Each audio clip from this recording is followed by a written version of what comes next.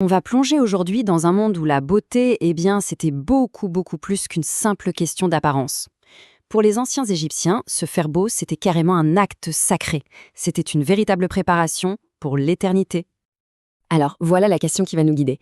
Imaginez un instant. Et si chaque matin, la routine beauté n'était pas juste pour se sentir bien dans la journée, mais un rituel sacré pour atteindre une perfection qui dure pour toujours.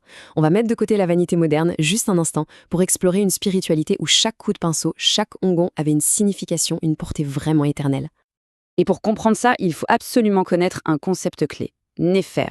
Alors Néfer, ça veut dire beau, oui, mais c'est tellement plus que ça. C'est l'idée d'une beauté qui est aussi bonté, harmonie. C'est un équilibre parfait entre le physique et le spirituel. Incarner le Néfer, c'était le but de toute une vie. Et même, on va le voir, de toute une mort. La clé pour tout saisir, c'est de se mettre dans leur tête. Pour les Égyptiens, la vie sur Terre, c'était juste une petite répétition générale, un bref prélude avant le grand voyage.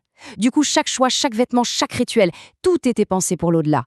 L'objectif, créer une version parfaite, idéalisée de soi, qui allait vivre pour l'éternité. D'accord, mais alors, comment on fait pour créer cette image parfaite? C'est là que l'art égyptien devient fascinant. Son but, ce n'était pas du tout de représenter la réalité. C'était de la réinventer, de la sublimer. Quand on regarde l'art égyptien, un truc saute aux yeux. Il n'y a pas de place pour la laideur, la vieillesse ou la moindre imperfection. Les corps sont toujours jeunes, souples, fermes, complètement stylisés. En fait, l'art ne montrait jamais les gens comme ils étaient vraiment, mais comme ils rêvaient d'être, pour l'éternité. Prenons un exemple super parlant, la reine Hatshepsut.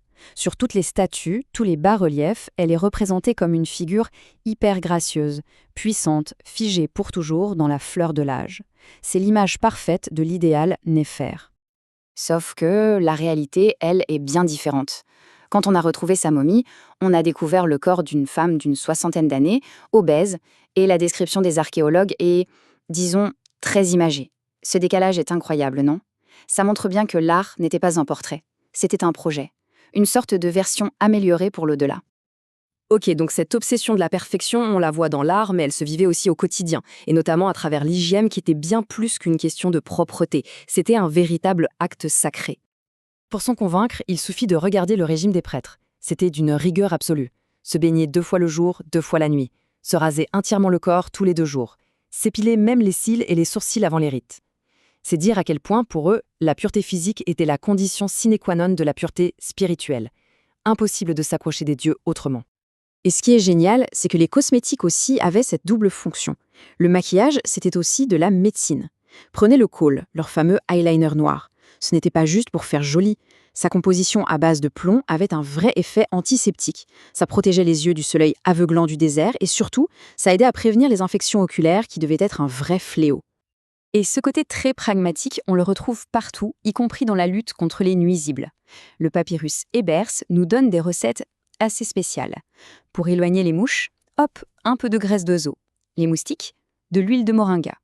Pour les puces, on asperge la maison d'eau de natron. Et le meilleur, pour que les souris ne grignotent pas les affaires, on met dessus de la graisse de chat. Un mélange de bon sens et de, disons, solutions créatives.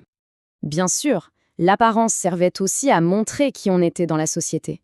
Le vêtement, les accessoires, tout était un marqueur de statut social. Et là, le contraste est saisissant. D'un côté, le paysan qui travaille dans les champs, souvent nu ou avec un simple pagne, c'est pratique, c'est adapté au climat. De l'autre, le noble. Lui, il porte des tuniques en lin fin, plissées, si délicats qu'il en devenait presque transparent. Et bien sûr, il porte des sandales. Le vêtement, c'est clairement un signe de distinction.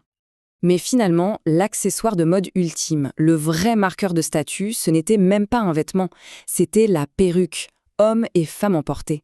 C'était des créations super sophistiquées, faites de vrais cheveux et de fibres végétales.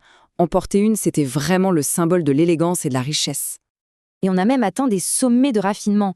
Lors des banquets, les femmes de la haute société portaient parfois sur leurs perruques ces fameux cônes de graisse parfumée. L'idée était géniale. Avec la chaleur de la soirée, le cône fondait tout doucement, libérant un parfum de lotus ou de cannelle, tout en lustrant la perruque. C'était le comble du chic. Allez, maintenant, on va s'intéresser de plus près au maquillage lui-même. C'est un art qui a beaucoup évolué, mais qui a toujours gardé une signification symbolique hyper forte. Alors, la première grande mode au début de l'Égypte ancienne, c'était le vert. Ce phare, le waju, était fait de malachite broyé. On l'appliquait en un trait assez large et audacieux, juste sous l'œil. Ensuite, on passe au style le plus connu, le plus emblématique, le mezmamet. C'est le fameux col noir qui vient souligner tout le contour de l'œil. Et ce n'est pas un hasard. La forme imite celle de l'œil du dieu faucon Horus. Donc, se maquiller comme ça, c'était se placer sous sa protection, c'était presque s'approprier son invulnérabilité. Eh bien, plus tard, le style va encore évoluer vers quelque chose de plus fin, de plus délicat. On l'appelle la queue d'hirondelle. C'est juste un trait très fin qui s'étire tout droit vers la tempe. On sent une recherche esthétique plus épurée, plus discrète. Mais la cosmétique égyptienne, c'est aussi une pharmacopée, disons, peu conventionnelle. Les papyrus nous ont laissé des recettes absolument incroyables. Pour les cheveux gris, facile, du sang de veau noir. Pour s'épiler, une pâte à base d'excréments de mouches et d'os d'oiseaux. Contre la calvitie, le remède miracle, un mélange de graisse de lion, d'hippopotame, de crocodile, de chat, de serpent et d'ibex. Et le meilleur pour la fin, on trouve même des recettes pour maudire un rival, comme une potion pour lui faire tomber les cheveux. Je trouve que cette citation, tirée de l'histoire de Sinoué, résume tout à la perfection. C'est un Égyptien qui rentre au pays après un long exil. Et le premier geste pour le réintégrer, c'est de le nettoyer, de le coiffer, de l'habiller. Ce n'est pas juste une toilette, c'est un rite de passage. On efface la crasse du monde extérieur pour le faire revenir à la civilisation, à l'ordre égyptien, à sa forme parfaite. Et c'est vraiment ça qu'il faut retenir. Pour les anciens Égyptiens, la beauté ce n'était pas de la vanité, c'était bien plus profond. C'était l'expression ultime du triomphe de la vie, de l'ordre, du Maat, sur le chaos et sur la mort. Chaque geste de soin était une petite victoire, une façon de construire son corps parfait pour l'éternité. Ce qui nous laisse avec une dernière question, pour réfléchir un peu. Si notre apparence d'aujourd'hui garantissait notre éternité, est-ce qu'on ferait les choses différemment? Quelles seraient nos priorités? C'est une pensée qui, je crois, peut jeter une lumière assez fascinante sur nos propres petites routines.